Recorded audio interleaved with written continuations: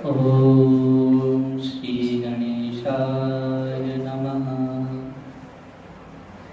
ओम श्री परमात्मने नमः। कृष्णाय वासुदेवाय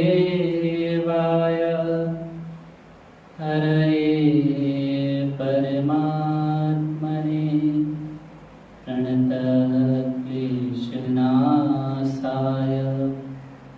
गोविन्दाय नमो नमः। नमः पंकजनाभाय नमः पंकजमालिने नमः पंकजनेत्राय नमस्ते पंकजाङ्घ्रे। अखण्डमण्डलाकारं व्याप्तं येन चराचरं तत्पदं दर्शितं येन तस्मै श्रीगुरवे नमः। नमः कुञ्जविहारिण्ये नमः कुञ्जविहारिणे स्वामी श्रीहरिदासाय गुरूणां गुरवे नमः। मेरी भवबाधा हरो राधा नागर सोई जातन की झाई पड़े श्याम हरित द्युति होए। जय जय श्री राधा रमण जय जय नवल किशोर। जय गोपी चित चोर प्रभु जय जय माखन चोर। जय जय माखन चोर। सर्वप्रथम सच्चिदानंद परमपिता परमेश्वर के चरणों में कोटिशः नमन करता हूँ, प्रणाम करता हूँ, वंदन करता हूँ। तत्पश्चात लाखों लोगों के पथ प्रदर्शक विश्व जागृति मिशन के संस्थापक परम पूज्य श्री महाराज श्री के चरणों में कोटिशः नमन करता हूँ। सभागार में उपस्थित गुरुजनों के चरणों में प्रणाम करता हूँ। तत्पश्चात हमारे अग्रज एवं अनुज भाइयों का सादर अभिवादन। आइए प्रवचन को प्रारंभ करने से पूर्व भगवान का नाम संकीर्तन करते हैं। आप सभी लोग मेरे साथ दोहराइएगा। जय राधा माधव जय कुंज बिहारी। जय राधा माधव जय कुंज बिहारी। जय गोपी जन वल्लभ जय गिरधर धारी। जय गोपी जन वल्लभ जय गिरधर धारी। जय राधा माधव जय कुंज बिहारी। जय राधा माधव जय कुंज बिहारी। यशोदानंदन व्रज जन रंजन यशोदानंदन व्रज यशोदानंदन व्रज जन रंजन, यशोदानंदन व्रज जन रंजन, जमुना तीर वनचारी, जय कुंज बिहारी, जय राधा माधव, जय कुंज बिहारी। बोलिए श्री कृष्ण कन्हैया लाल की जय, बांके बिहारी लाल की।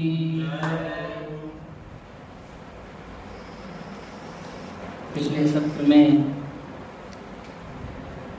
हम सभी ने श्रवण किया था कि भगवान ने अपने भक्तों पर कृपा की। भगवान को अगर आप प्रेम से बुलाएंगे तो भगवान अवश्य ही आपके यहाँ आएंगे। भगवान को यदि आप प्रेम से कुछ खिलाएंगे तो भगवान खाएंगे अवश्य। एक बार प्रेम से भगवान को बुला के देखिए। भगवान ने पूजा के ऊपर कृपा की, उसकी कामनाओं को पूर्ण किया। तत्पश्चात अक्रूर जी महाराज के ऊपर कृपा की और अक्रूर जी महाराज को हस्तिनापुर भेजा। पांडवों का सारा जो वृत्तांत था वह सुनाया अक्रूर जी ने भगवान श्री कृष्ण को। अब उसके आगे की कथा में हम सभी प्रवेश करते हैं कि जब भगवान ने कंस का उद्धार कर दिया, मथुरा को भय से मुक्त कर दिया, तो कंस की जो दो पत्नियां थी, अस्ति प्राप्तिश्च कंसस्य महिष्यो भरतर्षभ, मृते भर्तरि दुःखार्ते ईयतु स्म पितृगृहान्। कंस की मृत्यु के पश्चात कंस की दोनों पत्नियां विधवा हो गईं। कंस की दो रानियां थी, अस्ति और दूसरी थी प्राप्ति। पति की मृत्यु से वे शोकग्रस्त हो रही थी। वैदिक सभ्यता के अनुसार स्त्री कभी भी स्वतंत्र नहीं रहती है। उसके जीवन के 3 चरण होते हैं। बाल्यावस्था में वह अपने माता पिता के साथ रहती है, अपने माता पिता के संरक्षण में रहती है, और जब उसका विवाह हो जाता है तब उसे अपने पति के संरक्षण में रहना चाहिए। और यदि पति की मृत्यु हो जाए तो उसे अपने पुत्र के संरक्षण में रहना चाहिए।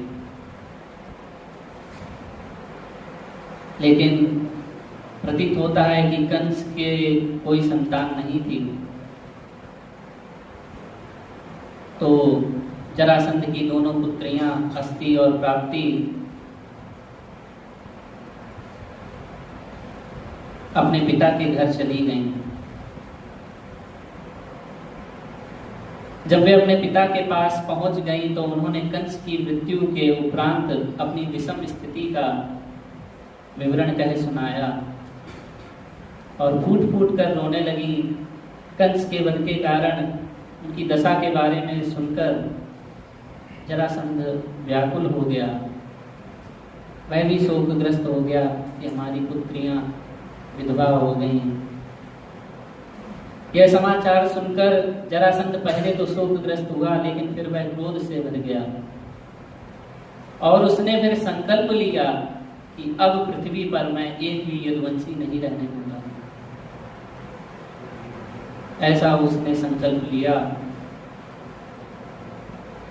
अब राजा जरासंध ने मथुरा के ऊपर आक्रमण करने के लिए विशाल स्तर पर सेना का प्रबंध किया और उसने 23 अक्षौहिणी सेना का प्रबंध किया। जिसमें सहस्त्र घोड़े, हाथी, कई सैनिक थे। कंस की मृत्यु का बदला लेने के लिए जरासंध ने इस प्रकार कई अक्षौहिणी सेना लेकर मथुरा को चारों ओर से घेर लिया। अब भगवान ने देखा कि जरासंध ने मथुरा पर आक्रमण कर दिया है और मथुरावासी भय से व्याकुल हो रहे हैं और सारा पृथ्वी का भार मेरे पास ही लेकर आ गया। भगवान विचार करने लगे कि अभी जरासंध को मारना तो उचित नहीं है, लेकिन मेरे अवतार का प्रयोजन यही है कि मैं दुष्टों से इस पृथ्वी की रक्षा करूं, साधु सज्जनों की रक्षा करूं और दुष्टों का संहार करूं। ऐसा भगवान विचार कर ही रहे थे, तब तक आकाश से सूर्य के समान चमकते हुए दो रथ आ पहुंचे भगवान के सन्मुख और भगवान श्री कृष्ण ने अपने दाऊ भैया से कहा, आप अपने ज्येष्ठ भ्राता से, बलराम जी बोले, अपने ज्येष्ठ भ्राता से श्री कृष्ण भगवान बोले, प्रिय भ्राता, आप बड़े शक्तिशाली हैं, आप यदुवंशियों के रक्षक हैं और यदुवंशी भी आपको अपना रक्षक मानते हैं। जरासंध की सेना देखकर यदुवंशियों को महान संकट का अनुभव हो रहा है, बड़ी विपत्ति आन पड़ी है। यह रथ यहाँ उपस्थित है और इस रथ में अस्त्र शस्त्र सभी हैं और भैया हमको मथुरा की रक्षा करनी चाहिए। आप शत्रु सेना का संहार कीजिए। अब आप इस रथ पर सवार होकर यह 23 अक्षौहिणी सेना का नाश कर दीजिए। भगवान श्री कृष्ण ने और बलराम जी ने आपस में यह सलाह करके कवच धारण किए और रथ पर सवार होकर मथुरा से निकले। उस रथ पर वे विराजमान होकर शंख ध्वनि करते हुए छोटी सी सेना लेकर मथुरा से बाहर आए। और आश्चर्य तो इस बात का है कि दूसरे पक्ष में सैन्य शक्ति अधिक थी, फिर भी भगवान छोटी सी सेना लेकर मथुरा से बाहर आए और भगवान ने जब शंख नाद किया तो जो भी 23 अक्षौहिणी सेना में सैनिक थे उनके हृदय कांप उठे उस शंख ध्वनि से। जब जरासंध ने बलराम जी और श्री कृष्ण को देखा तब जरासंध को थोड़ी सी दया आ गई। ये तो अभी छोटे छोटे से बालक हैं और उनसे संबंध भी नाती का था, नाती समान थे कृष्ण और बलराम जी। लेकिन जरासंध ने कुछ ही क्षण बाद उसने भगवान को पुरुषाधम कहकर संबोधित किया, जिसका अर्थ है कि पुरुषों में अधम, पुरुषों में सर्वाधिक निकृष्ट। ऐसा जरासंध ने भगवान को कहा और भगवान को चुनौती देने लगा कि तुम दोनों से लड़ना यह मेरे लिए अपमान की बात होगी।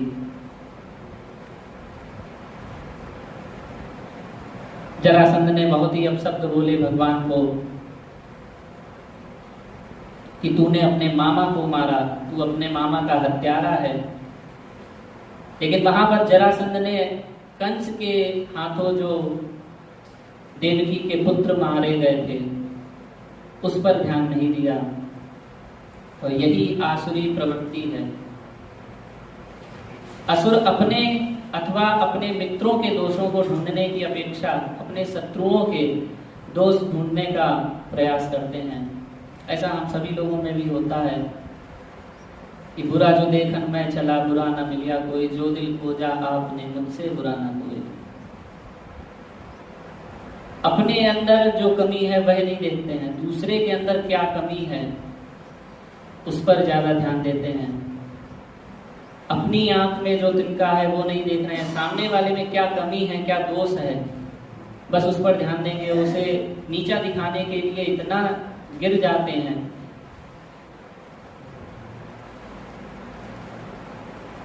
तत्पश्चात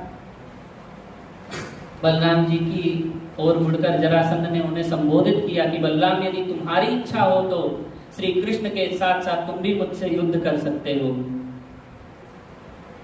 भगवान श्री कृष्ण ने कहा जरासंध से, जो सूरवीर होते हैं वे तुम्हारी तरह डींगे नहीं हाँकते हैं।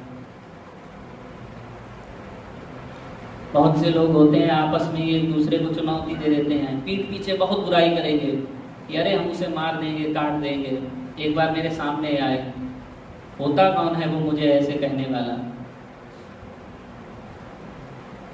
और जब सामने आता है व्यक्ति तब सब भूल जाते हैं। हिम्मत ही नहीं है। जिनके अंदर हिम्मत होती है वो तुरंत वहीं पे मारना शुरू कर देते हैं।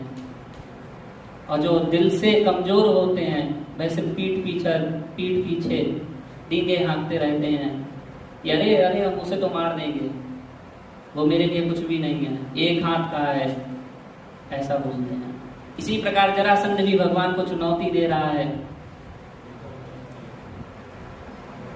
भगवान ने कहा, जो सूरवीर होते हैं वे अपना बल दिखाते हैं, अपना पराक्रम दिखाते हैं। तुम अत्यधिक बातें कर रहे हो, इससे प्रतीत होता है कि तुम्हें विश्वास है कि आज तुम्हारी मृत्यु निश्चित है,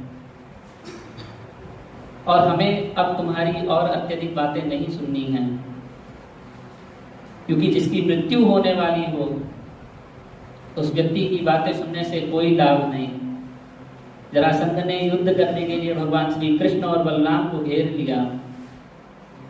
जरासुतस्तावविसृत्य माधवो महाबलौघेन बलीयशावृणोत् ससैन्ययानध्वजवाजी सारथी सूर्यानलो वायुरेवाभ्रेणुभिः। वायु अभ्रेणुभिः, सूर्य अनलो इव।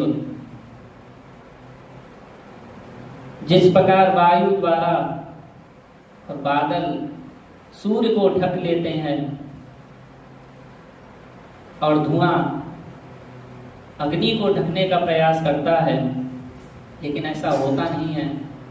कितने भी बादल आ जाएं, लेकिन भगवान सूर्य का प्रकाश हम सभी को दिखाई पड़ता है। जरासुतः अभिसृत्य, जरा राक्षसी के पुत्र जरासंध ने भगवान श्री कृष्ण और बलराम को चारों ओर से घेर लिया अपनी सेना के साथ। बलीयसा महाबल ससैन्यान् ध्वजसारथी आभृणोत्। बलवान सेना के द्वारा, जो महाबली जो थे उनके द्वारा भगवान को घेर लिया। लेकिन जिस प्रकार बादल के आ जाने से सूर्य का प्रकाश कम नहीं होता, उसी प्रकार भगवान ने भी जरासंध की सेनाओं का नाश कर दिया, 23 अक्षौहिणी सेना। फिर भगवान श्री कृष्ण और बलराम जी ने बाणों की वर्षा शुरू कर दी। धीरे धीरे सारी सेना का नाश हो गया। जो कायर थे वे इस दृश्य को देखकर भयभीत होकर युद्ध भूमि को छोड़कर भाग गए। यद्यपि जरासंध के पास सैन्य शक्ति का एक विशाल भंडार था, बलराम जी और श्री कृष्ण के युद्ध ने पूरी स्थिति को सामान्य युद्ध से कई बढ़कर एक भयंकर दृश्य में परिवर्तित कर दिया। दो भाई और 23 अक्षौहिणी सेना को खत्म कर दिया, जिसमें कई सहस्त्र सैनिक थे, सहस्त्र घोड़े, अश्व, महाबली थे, जिनको भगवान ने और बलराम जी ने अकेले ही पूरी सेना को नष्ट कर दिया। लेकिन इन गतिविधियों को भगवान की लीला मान लें, जिनकी इच्छा से प्रत्येक वस्तु संभव है, तब यह बात समझी जा सकती है। कोई यही सोई जो राम रचिता था, जो भगवान चाहेंगे वही होगा।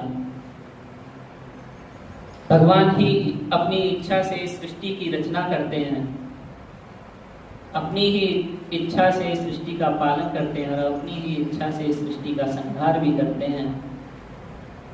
वह परमात्मा ही ब्रह्म बनकर इस सृष्टि की रचना करते हैं और वह विष्णु ही बनकर इस सृष्टि का पालन करते हैं और वे ही शिव बनकर इस सृष्टि का संहार करते हैं। भगवान ही लय एवं प्रलय है। इन संपूर्ण चराचर जगत में ईश्वर व्याप्त है। अब जब जरासंध के सभी सैनिकों का वध हो गया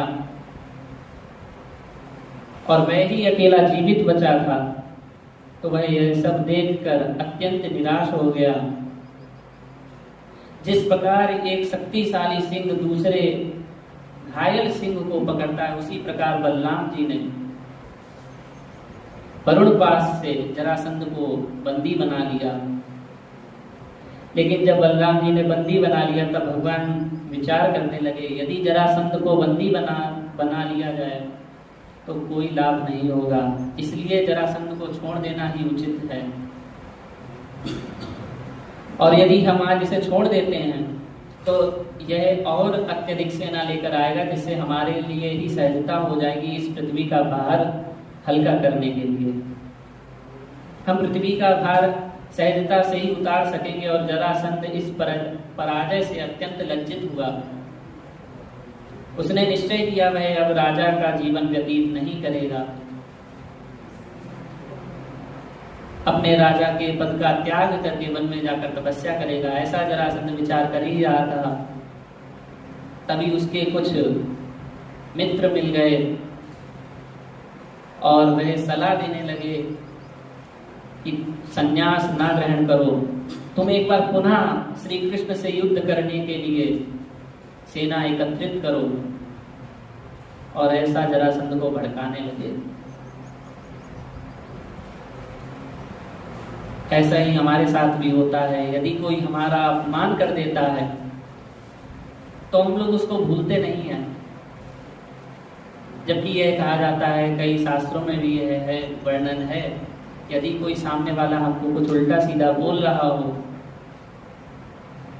तो हम शांत हो जाएं, मौन स्वीकार कर लें। लेकिन होता क्या है, आपस में ही अगर किसी की लड़ाई हो जाती है तो उसका जो मित्र होता है वह उसे भड़काने लग जाता है। अरे उसने तुमको ऐसे कैसे बोल दिया, उसने तुम्हारे ऐसे कैसे मार दिया, तुम्हें भी उसे मारना चाहिए, प्लानिंग करो कैसे इसे मारेंगे। कई केस ऐसे होते हैं जिसमें दोस्त अपने ही दोस्त को खत्म कर देता है छोटी सी बात के पीछे, और यही आजकल वर्तमान में चल रहा है। और अपने ही होते हैं नाश करने वाले। इस प्रकार जो मित्रगण थे जरासंध के, जरासंध को इस प्रकार प्रोत्साहित किया और वह इस प्रकार विचार करके, हाँ सही कह रहा है, सही कह रहे हैं सब, कि एक बार पुनः युद्ध की तैयारी करें। इस प्रकार वह अपने देश लौट आया। जरासंध इस बात पर लज्जित था कि वह अपनी समस्त शक्ति खोकर और बंदी बनाए जाने तथा पश्चात मुक्त किए जाने पर अपमानित हो चुका था। इतना बड़ा तिरस्कार उसका हो गया था कि उसे छोड़ दिया, सारी सेना को नष्ट कर दिया और वह अकेला बचा तो उसे छोड़ दिया। अपने राज्य के लौटने के अतिरिक्त वह कुछ ना कर सका, इतना विवश हो चुका था। भगवान ने इस प्रकार जरासंध पर विजय प्राप्त की और आकाश में उस समय सभी देवता एकत्रित होकर पुष्प वर्षा करने लगे, भगवान के नाम का गुणगान करने लगे, भगवान को प्रणाम करने लगे। सभी ने इस विजय की अत्यंत प्रशंसा की। मथुरा भय मुक्त हो गया। भगवान ने जब मथुरा में प्रवेश किया तो शंख और दुंदुभी बाजने लगी। सभी मथुरा निवासी जश्न मनाने लगे और भगवान श्री कृष्ण एवं बलराम जी का यथोचित स्वागत सत्कार किया। आइए इसी के साथ अपनी वाणी को विराम देते हैं और अगले सत्र में हम श्रवण करेंगे कि काल यवन की मुक्ति कैसे हुई और जरासंध का उद्धार किस प्रकार भगवान ने किया। यह हम अगले सत्र में श्रवण करेंगे। सत्र को विराम देने से पूर्व आइए हम भी भगवान के नाम का गुणगान करें। जय राधा माधव जय कुंज बिहारी।